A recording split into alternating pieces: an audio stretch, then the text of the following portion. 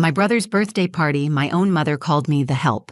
She said it with a laugh, in front of everyone, while I was passing out cake.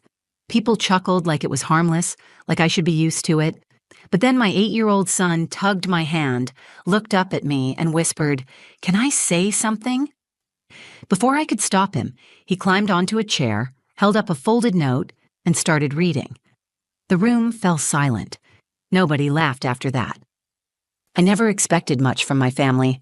Not praise, not affection, not even kindness.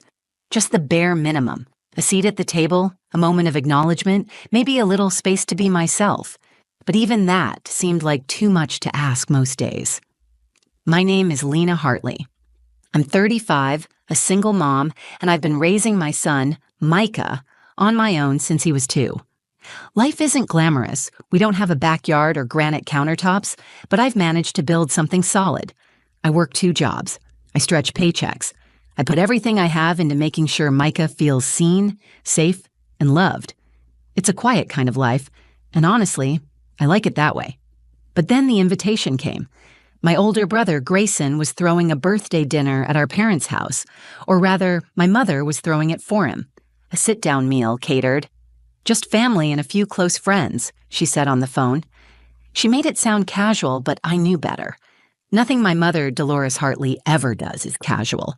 She's the type who irons pillowcases and keeps a standing hair appointment like it's a court summons. She's always had a vision of how her family should look. Polished, proper, a little performative. And Grayson? He fits that image like a glove. Tall, charming, successful. He's a real estate agent with a white smile and a lake house. The golden boy. The one who made her proud. Then there's me. Growing up, I was the one cleaning up the kitchen while he got praised for microwaving popcorn. I was the responsible one, the quiet one, the one who didn't need much. But I did. I just stopped asking. Over time, I learned my place in that house. Not the favorite, not even close.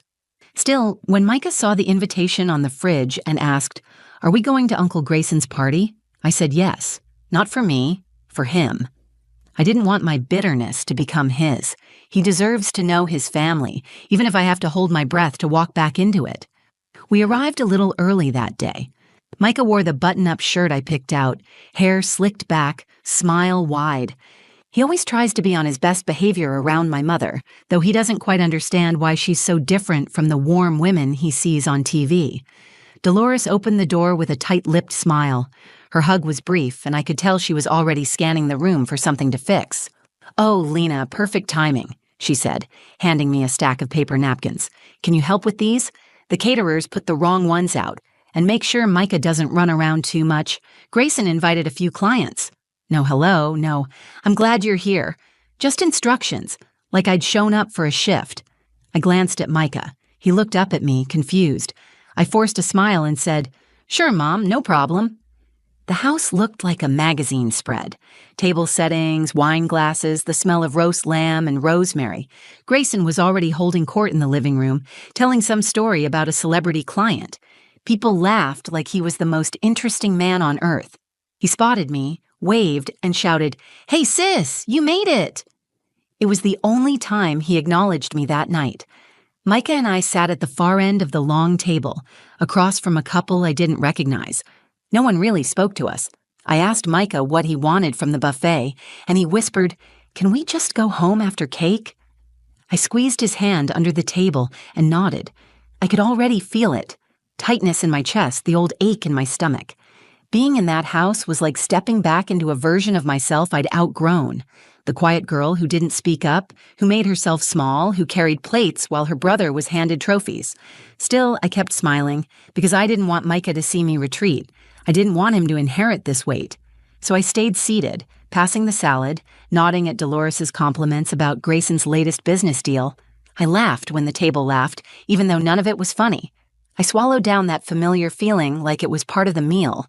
I just had no idea how loud things were about to get. The party should have been winding down. Dinner plates had been cleared, and the buzz of wine and conversation hung heavy in the air. I watched Micah push around a piece of roasted carrot on his plate, his little shoulders drawn in like he was trying to disappear. He kept glancing at me, sensing something was off. He always knows before I say a word. I stood to gather our plates, just to give myself something to do. As I walked toward the kitchen, I passed by my mother, who was rearranging the gift table for the third time. She glanced up at me without really looking. "Lena, since you're already up, could you bring out the cake?" she said, like she was assigning a task to a waitress. I hesitated. "Sure," I said quietly, even though every part of me wanted to say no. But the kitchen felt safer than the spotlight, and saying no always seemed to escalate things. So I disappeared behind the swinging door, took a deep breath, and grabbed the cake from the fridge. A 3-tiered monstrosity covered in blue and silver fondant, with Grayson's name piped across the top like he was being knighted. I lit the candles, carried it out carefully. People applauded as I entered the dining room like I was part of the act. As I placed it on the table, my mother raised her glass and called out, "Lena, you should serve the cake. You've always been such a great helper." Laughter. Polite, casual, unbothered. Someone said, "Looks like you missed your calling." Another voice, "Hey Lena, is there coffee too?" I looked at my brother. He smirked and said, "You always did have that hostess with the mostest vibe." More laughter. In that moment, I wasn't a guest. I wasn't a sister. I wasn't a daughter. I was staff. Background, an unpaid extra in someone else's story. My mother smiled like she'd just delivered the perfect punchline, the kind of smile she wears when she's feeling particularly pleased with herself, like she'd just put me back in my place. Micah was staring at me, eyes wide and unblinking. His little hands clenched the edges of his chair. I tried to smile at him, to make it okay, but I could feel my face trembling. I picked up the knife, started slicing the cake, plate after plate. Chocolate. Vanilla, more chocolate. I kept my eyes down, kept moving, like if I stopped, I'd fall apart. Then I felt a gentle tug on my shirt. Micah. He pulled me down so he could whisper.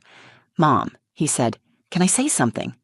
I shook my head quickly, barely able to speak. "Not now, baby." His voice was quiet but steady. "Please." I wrote something.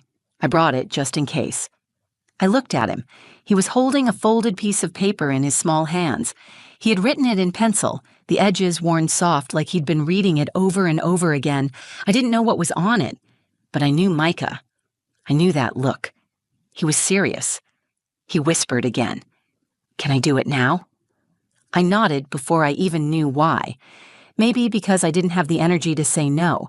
Maybe because some part of me wanted him to speak for both of us. He pushed his chair back, stood up on it carefully, and held the note high above his head like it was something sacred. People turned. Conversations stopped. Grayson frowned. My mother's eyes narrowed. Micah cleared his throat. "Excuse me," he said, voice trembling slightly. "I wrote something I want to say about my mom." I reached out instinctively, but he was already reading. "My mom works 2 jobs. She still reads to me every night. She doesn't get fancy clothes or time to go on trips, but she always makes me feel important. Even when she's tired, she smiles at me. She always shows up. She listens to me. She makes everything okay, even when people are mean to her. My mom is not the help. She's the hero." The room froze. Nobody laughed. Not one word. Forks stayed midair. My mother looked like someone had thrown a glass of cold water in her face. Grayson blinked, stunned. Micah's hands trembled as he folded the note back up. He looked around the room and said, "So please stop treating her like she doesn't matter." I was already crying, silently, holding a dessert plate like it was the only thing keeping me grounded. He stepped down and walked over to me. I dropped to one knee and hugged him tightly. I didn't move at first. Micah had just read his note, his tiny voice cutting through a room full of adults who suddenly had nothing to say. You could hear the hum of the refrigerator from the kitchen. A chair creaked somewhere behind me. That was it. No one knew what to do with the silence he'd created. He climbed down from the chair, walked over, and slid his arms around my waist. I wrapped my arms around him so tightly I could feel his heartbeat against mine. I wanted to disappear into that hug, stay there forever. It was the safest I'd felt all night. Still holding him, I looked around the room.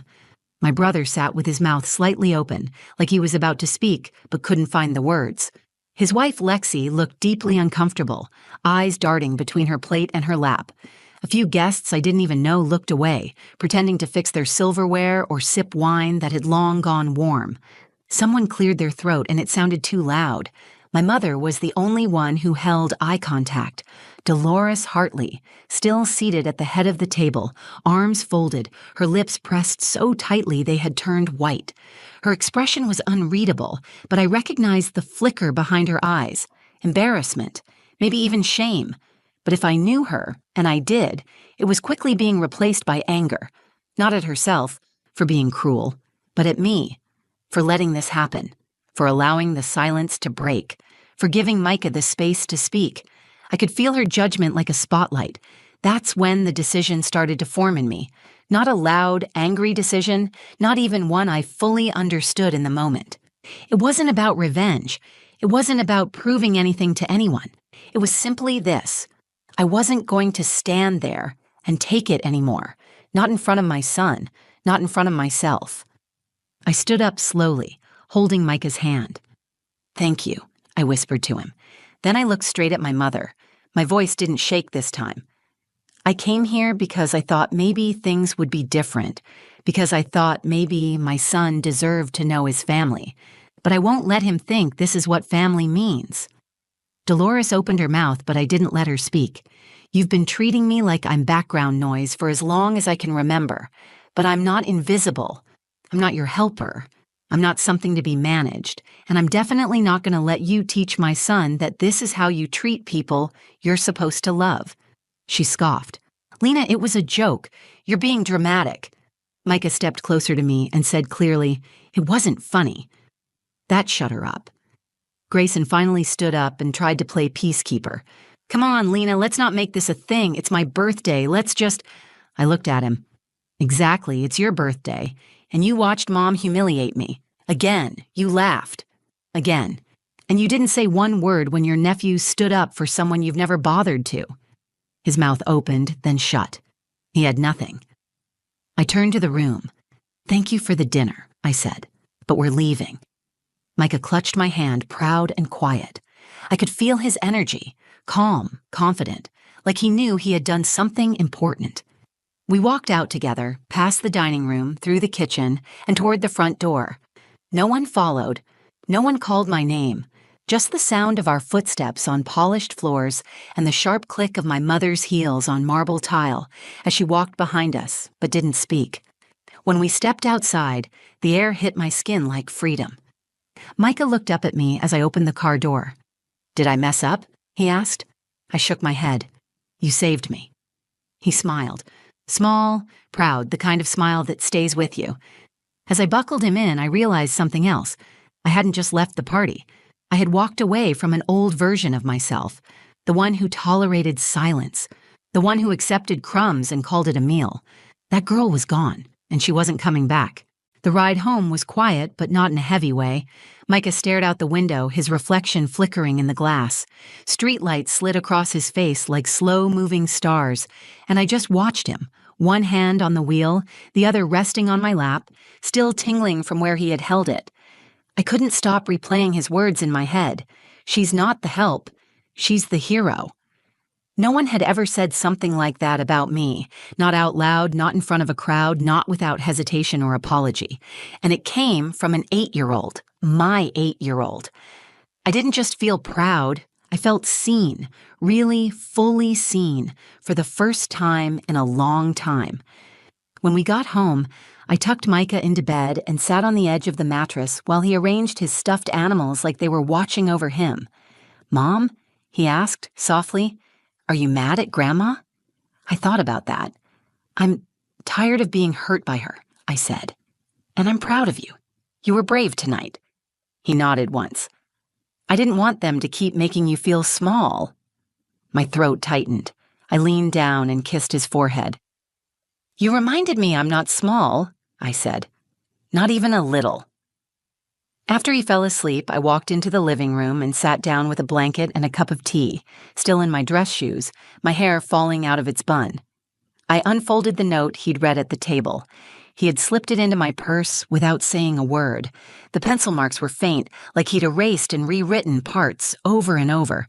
The last line caught me in the chest again. "Please stop treating her like she doesn't matter." There was no anger in his voice when he read it. No spite, just truth.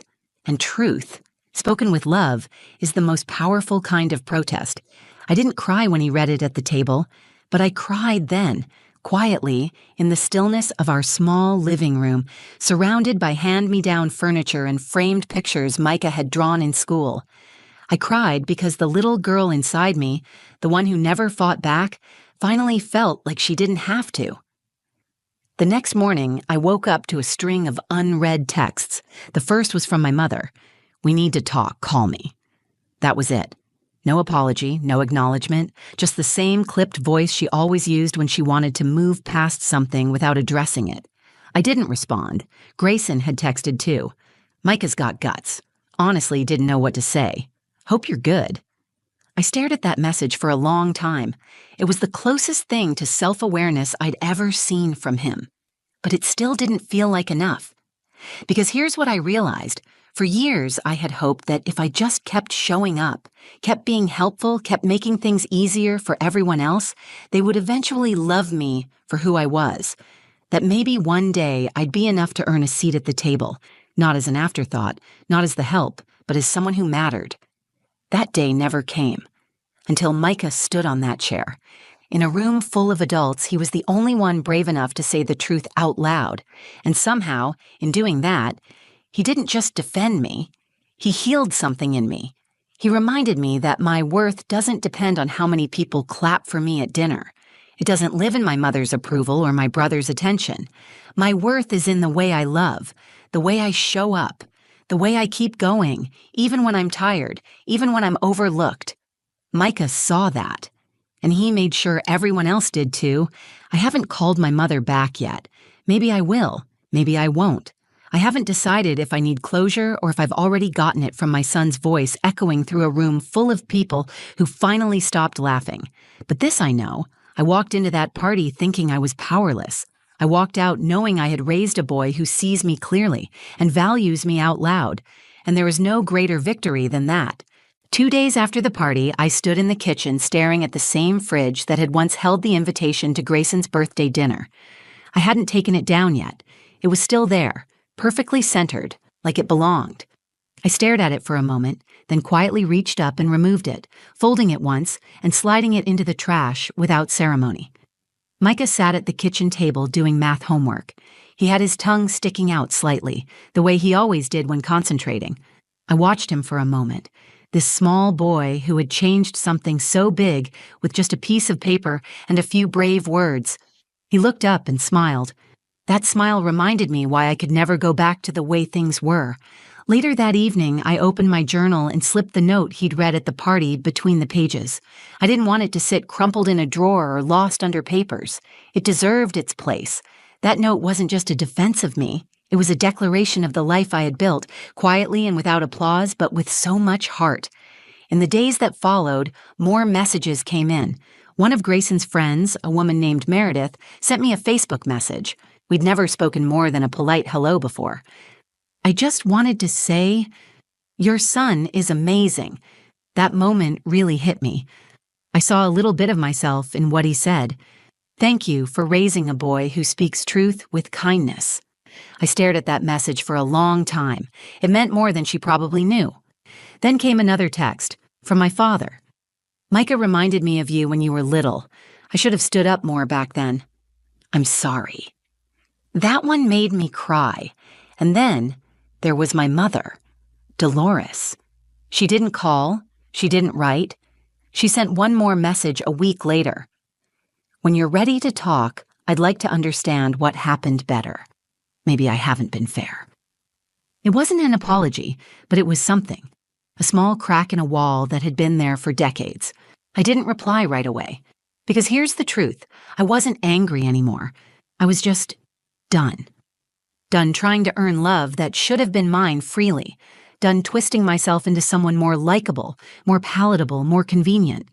I wasn't going to filter myself to fit into a family narrative that only ever centered someone else's success while erasing my survival.